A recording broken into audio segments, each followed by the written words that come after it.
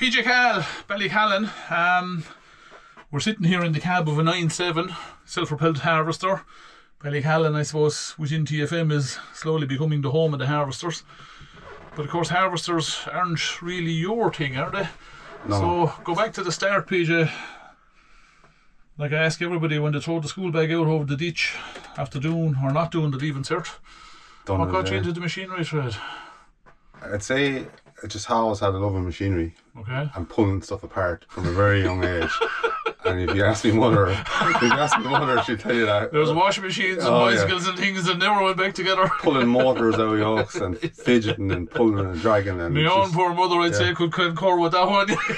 And I'd say that's where I grew. And when I left school, I kind of, to building trade was going good. I went to building, going around with builders for a while, and then said about 22 or 23, I said, I'd better to get a qualification, and kind of fell back on I was at trucks for a while then as well. Okay. Repairing trucks and trailers, and then I said, look, I better get a qualification and have something to my name. So applied for an apprenticeship in Kelly's, and that's where it all started. What age did you say you were? 22, so I was a late starter. You were quite late starting into the trade, Properly, Some might say, and I know our own foreman in Clonmel would concur, little bit of age going into a trade is not a bad thing either, it's not, because like you kind of have figured out. A bit of experience, you kind of know what you want, and that's it, So how long did you give at Kelly's? 14 years in Kelly's. 14 years. Yeah, and I met Ollie, the foreman, here one day in Kelly's, and I was kind of just looking for a change, and change is as good as the rest. Yeah, moved and was moving out, and then I got offered a few more quid to stay, and I stayed for another year, and then I just said no, I'm going to move, and then come back out here in 16, and then I was in the garage for 4 years here. A job came up in sales in 20, and my missus was on to me saying you're going to be lying under tractors for the rest of your life, and I said, geez, I'll chance it. And I'm in sales here for the last 5 years now and loving it. Good. Go back a small bit, so just go back to your training in Kelly's, I suppose, is where I'm going. You didn't necessarily go the harvester route in Kelly's, you were kind of more on the fusion balers, all McHale gear, Right. So from, you would say, to May, nearly with balers, out early, heavy paddocks, and you were still going in October, and it was just constant, long season, and that time Kelly's were selling all over the country. You could be in Cork or Galway or Limerick or anywhere. And I was kind of the main guy looking after him. Well, there was another guy, and he left, say, after he finished his time, and he left, and then he was at them, and then I kind of, that was me looking after him then. So I gave a good 10 years running around after him in Kelly's, all over the country.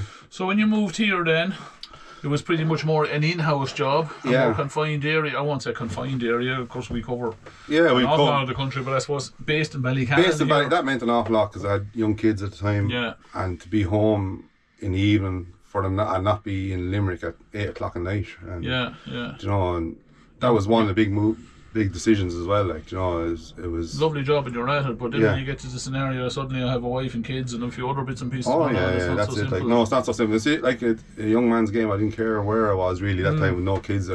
Just you go home when you go home. It's the one thing we all loved about the freedom on the road. When we were young, I suppose we were out on the road, do the job, get finished, get back, give me another job, I'll go on again. And that's it. But it does change. It does change when you have kids. Everything changes.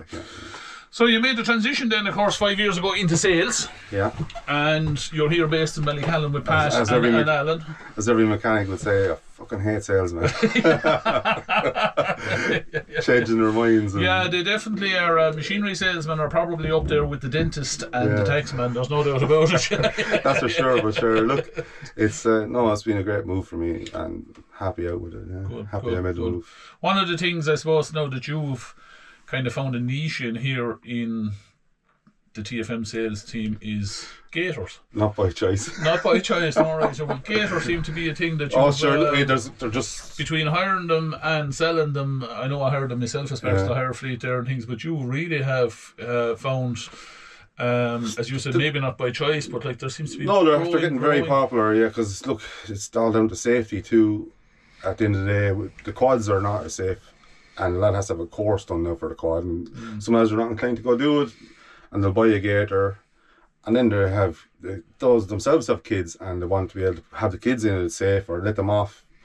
And the other end of it then is you have an older farmer on the farm, and just gives him a new lease of life kind of thing. Keeps him going for another few years. He's able to go out and check stock, and it takes pressure off the son on the farm as well. Like, so, of course, the Gator, even though it's classed as agricultural, which an awful lot of people don't realise, you can tax it the same as a tractor. It's only €160, I think, to tax. Yeah, I'm running on green diesel, and it's cheaper run. And you can zip down to the shops if you wanted because you're tax insured. They're doing, can do over 50 kilometres an hour. I know we've limited some of them in scenarios where people didn't want them to do it, but like, and they really are universal. Oh, they are universal, yeah. They really are universal. They're getting very, very popular. Like, and I've sold an awful lot of them here now this year. It's been a very good year for Gators here. Yeah, no, so definitely the safety aspect of it, as I said. Yeah, safety and keeping the older gentleman on the farm going is a big thing I find with them anyway. And yeah, it seems to be. I'm the same. That market there, guy that just wants to stay pottering around. But, and I've seen it myself. It has given lads an extra lease of life with these Gators, and they're still independent. They're not climbing up into a yoke. They're sitting in, sitting out, and away they go. Like, there's no doubt about it. They're more expensive to run, but I was with a guy there lately who was running a fairly serious quad now, a fair animal to move and had power. Yeah. But like, we definitely, when we looked at the sums of it, over a 5-year period, even though he bought the quad cheaper on the day, his petrol bill, alone. And you'd say, it wouldn't be much the difference. But when we sat down and like, he told me straight out how much petrol he was putting into it, and you make up the cost of that over 5 years versus the Gator, which they're a little miser on diesel. Well, a little bit like a little Massey 35. You'd forget to fill them with diesel. Three-cylinder Yanmar engine. And we weighed up like the things he could do with it, and suddenly over the 5 years, it wasn't working out any cheaper or dearer to run. They were very much the same. But suddenly you had 2 seats and you had a yoke that was road legal that anyone could drive. At 16-year-old age. And like, that's the big thing. Like, one of the first ones I sold here was a local farmer home to me, near me, and he was running a Land Cruiser, and he was spending that time when diesel wasn't mad. He was still spending €100 a week on diesel, and back down to putting green diesel in it, and maybe €20 every 2 weeks. That alone was some difference.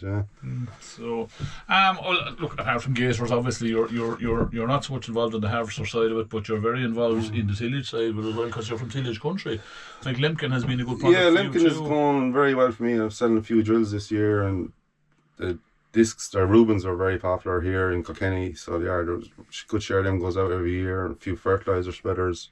I know you can't see it here now in the shot, but like, looking out the window here to our right hand side, it's a smashing Finn tractor, but like, it's just that's been kitted out there with a new fold and furrow press on the front and a 6 metre mounted power harrow box on the back. You know what I mean? It's a serious piece of kit. It's a serious outfit, Yeah, it is definitely great. For a lift arm machine, like, a tidy outfit, so it is, in fairness, compared to what they were running before.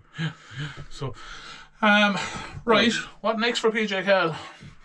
You've come all the way from laying blocks, served your time, travelled the country fixing balers, fixing John Deere's here for a few years, and into sales. You're not grey yet, PJ. No. Give me another few years and I'll be listening to likes of you. And I know, I love my job here. I can see myself staying here, see it out here. See yourself staying in sales? Yeah, sales, like, I'm happy enough with sales for the moment to see what next few years go and see what happens. Well, the last question, which he's an awful lot of people with young kids, and your two lads are not that young, but they're certainly not anywhere near flying the nest yet. Would you have a boy and a girl, would you encourage the young lad to go into the machinery game in the morning? The young lad is mad. Absolutely. We had the Pilltown show here Saturday there, and I think it's his highlight of the year coming down. It seems to be an annual event for him anyway, because as long as you're going, he's been there somewhere. And he's with us yesterday again, picking up all the gear, and like, everything is ours, as he thinks. Ours, that's our tractor there. Who is this? But no, look, the machinery trade has served me very well, and I wouldn't be afraid of putting him into it either. No, not one bit. You wouldn't talk him out of it? No, I wouldn't, because it's come a long way since I was started in the trade. Like, and if you want to earn a good living, anyway, you can off it. There is other places you could earn a better living, but it's up to him. He's mad about machinery, and he wants to be a farmer. But I don't have a farm to give him, so he'll have to figure that out for himself. Hey, I have a nephew the same way. He's still mad for farming and agriculture. He has no land coming to him. It doesn't seem to be standing in his way. No. If you really want something bad enough, you'll get it. Yeah, you'll find a way, won't you? Yeah, you will. You'll find a way. I know. So you will. PJ Cahill, Ballyhallen, thank you very much. Thanks very much, Dave. No matter.